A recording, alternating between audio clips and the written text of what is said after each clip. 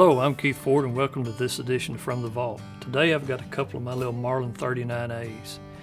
Now a little background on these guns. It was originally introduced in 1891 by Marlin Custom, the model 1891.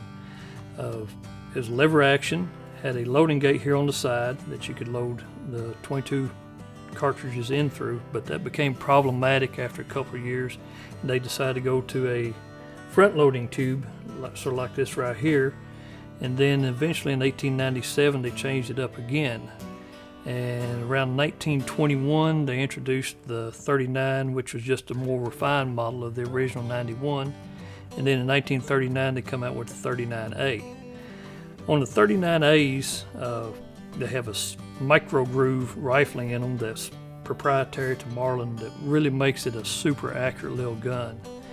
And another thing that's really cool about them is the ability to take the rifles down. You have a takedown screw right here and right there on this Mountie, and we'll break that down here shortly, but we'll go over these real quick. The standard rifle right here has a curved loop, has a capacity of 26 shorts, 21 longs, and 19 long rifles. So whenever you talk about high capacity, there's a lot of rounds right there that's for a lot of fun.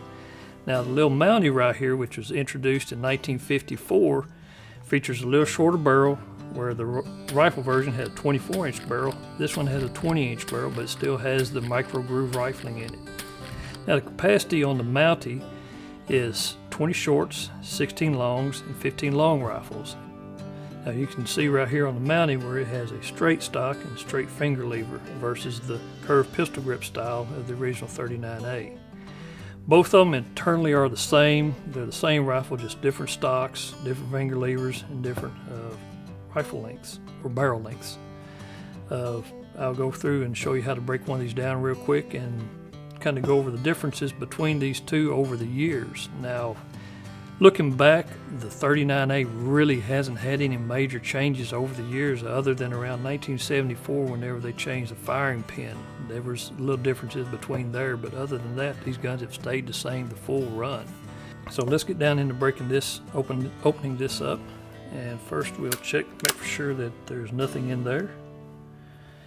And then load that back. We'll go ahead and take the tube out.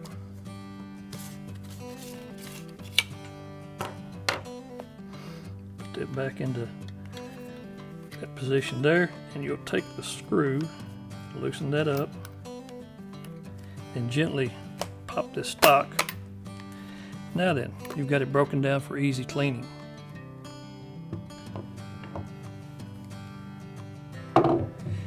Now you can take a look and see how the lever works here. It's hitting the carrier as you actuate that forward. A little detent, then it slides that up. 22 shell will come in through here and then lifts that up. And then this right here forces your bolt carrier bolt in and locks everything into position. It's pretty cool to see how that operates. Now the bolt, to remove that, push that down a little bit, then it comes out just like that.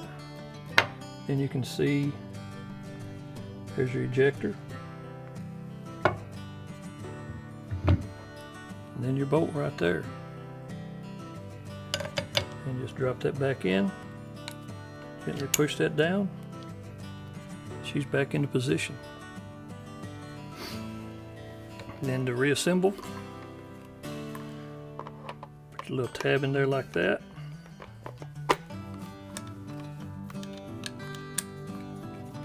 Tighten the screw up, and she's done. Stick your tube back in here.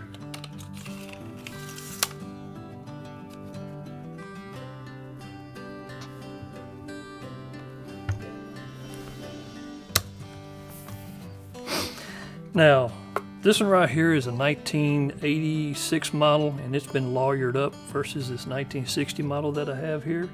And I'll show you the differences between the two. Flip this over. As you can see here,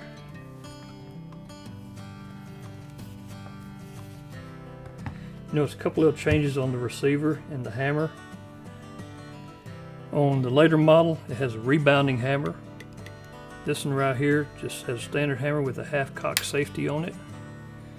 On the later model right here, you'll see a little hole right here where you can actually see right at the chamber, see if there's something in there, like a loaded round. Then as well right here at the magazine tube where you can see if there's cartridges in there as well. This one right here, it doesn't have those features.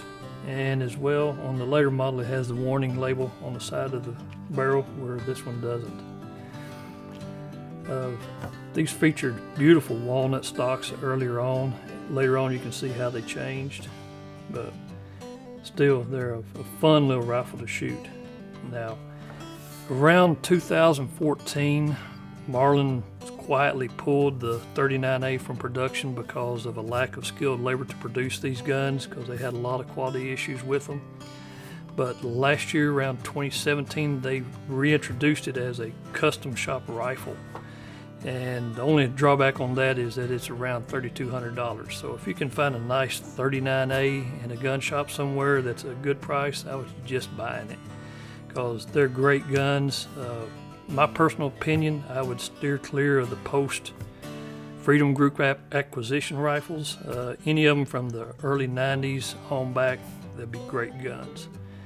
But that's pretty much it for these, and these are some of my favorite little 22s that I've ever had.